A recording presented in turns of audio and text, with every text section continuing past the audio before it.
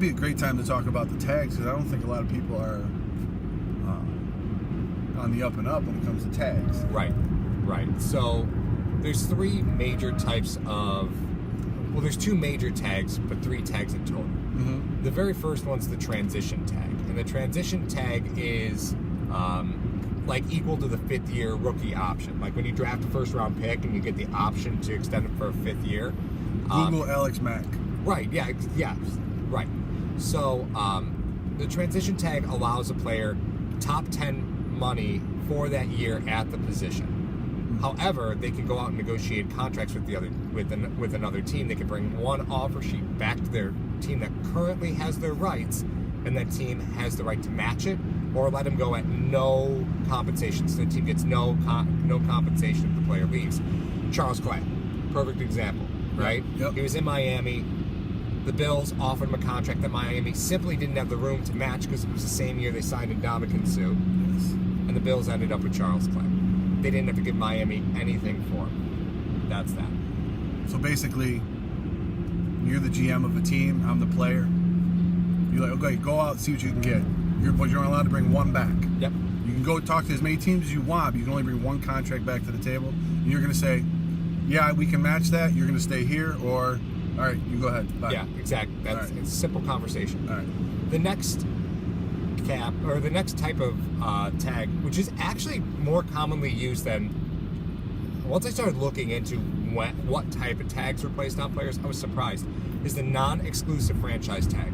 Non-exclusive franchise tag has the same structure as the transition tag. Okay. The only difference is, instead of a top 10 salary for that position, you're getting paid a top 5 salary at that position. Okay. It's actually, the formula is way more complicated than that. It's not based off of total salary, it's based off of cap percentage, so it's way more complicated. But we'll just, for simplicity's sake, say you get paid the average of the top 5 contracts for that year at the position. Okay.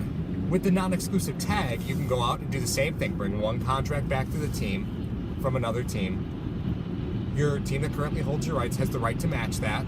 If they don't match that offer sheet, then they obtain 2 first-round picks. Ooh. Now, the logic behind when those 2 first-round picks are obtained is a little murky in the CBA. So, like, the Bills have 2 first-round picks this year.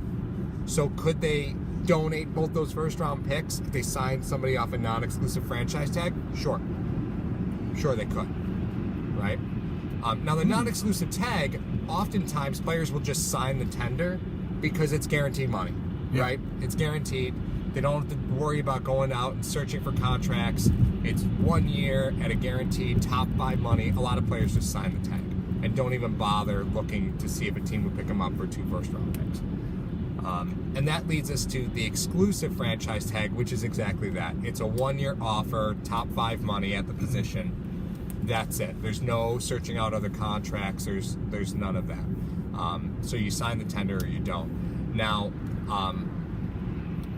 the start of that's going to be about the middle of February. I think February 20th is when teams can look at offering or starting to, decide and designate franchise tags.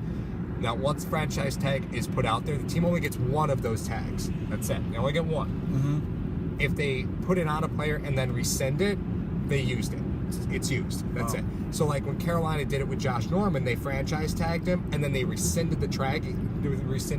He signed with Washington. Mm-hmm. Carolina didn't get another tag. No. That was it. They No used take-backs. No take-backs. So that was that.